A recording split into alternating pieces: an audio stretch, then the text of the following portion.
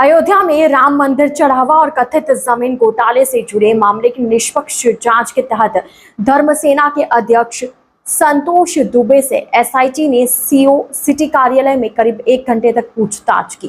पूछताछ के बाद संतोष दुबे ने दावा किया कि उन्होंने एसआईटी को मामले से जुड़ी जानकारी दी है और जल्द ही संबंधित दस्तावेज भी उपलब्ध कराएंगे। उन्होंने कहा कि कथित जमीन अधिग्रहण से जुड़े सभी पहलुओं की निष्पक्ष जांच होनी चाहिए। फिलहाल मामले की जांच एसआईटी द्वारा जारी है। इस न्यूज में इतना ही। अन्य खबरों के लिए जुड़े रहिए ITN नेशनल के साथ।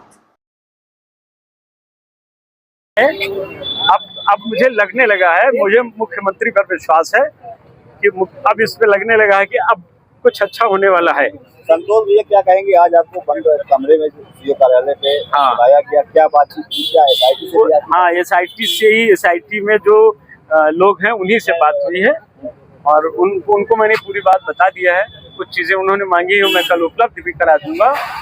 अब मुझे विश्वास है, अब लगने लगा है कि मुख्यमंत्री जी कुछ बड़ा करने वाले हैं। बहुत अच्छा हुई, कुछ एक आधा हिंट हो जो पूछा गया आपसे? हाँ, हमने पूरी आपको पहले जो बता चुके हैं, जब मैं पूरे देश को बता रहा हूँ वही बात उनको भी मैंने बताई। और मैंने अपेक्षा की है कि ये 125 करोड़ हिंदुस्तानियों का, हिंदुओं का, सनातन धर्मियों के सम्मान और आस्था का विषय है। इस आस्था और भक्ति लूटी गई है, इसमें कार्यवाही होनी चाहिए। उन्होंने कहा बिल्कुल आपकी बात से प्रमाण भी आपसे किसी चीज का? हाँ, जो राम फकीर मंदिर और इन सब की हमने चर्चा की है।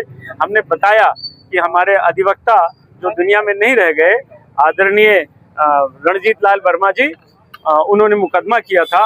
अब उनके ना रहने पर उनके बेटे इस मुकदमे को देख रहे हैं। वो हम कागज भी आपको उपलब्ध कराएंगे। बहुत सारी चीजें, वो मूर्तियां जो गायब हुई, वो मूर्तियां में हम लोग मांगते रहे, वो नहीं मिली, मंदिर तोड़ दिया गया, ये सारी चीजें हमने बताई। कुछ जो नजूल की जमीन खरीदी गई, जिन्हें खरीदने का हक नहीं था, ये सारी हमारी चर्चा हुई है। शेष में उन्हें कल कागज भी उपलब्ध करा। वीडियो कॉन्फ्रेंसिंग में एसआईटी की तीनों सदस्यीय टीम? नहीं, 2 लोग थे। दो लोग थे। जी। कोई प्रमुख कुछ और ऐसा कुछ बातचीत? नहीं, बस जी, वो जितनी वो विषय पर वो भी रहे और विषय पर हम भी रहे। हमने ये बात इमोशनल होकर के बताई। हम अयोध्या का दर्द बता रहे थे, इसलिए हमें पीड़ा थी।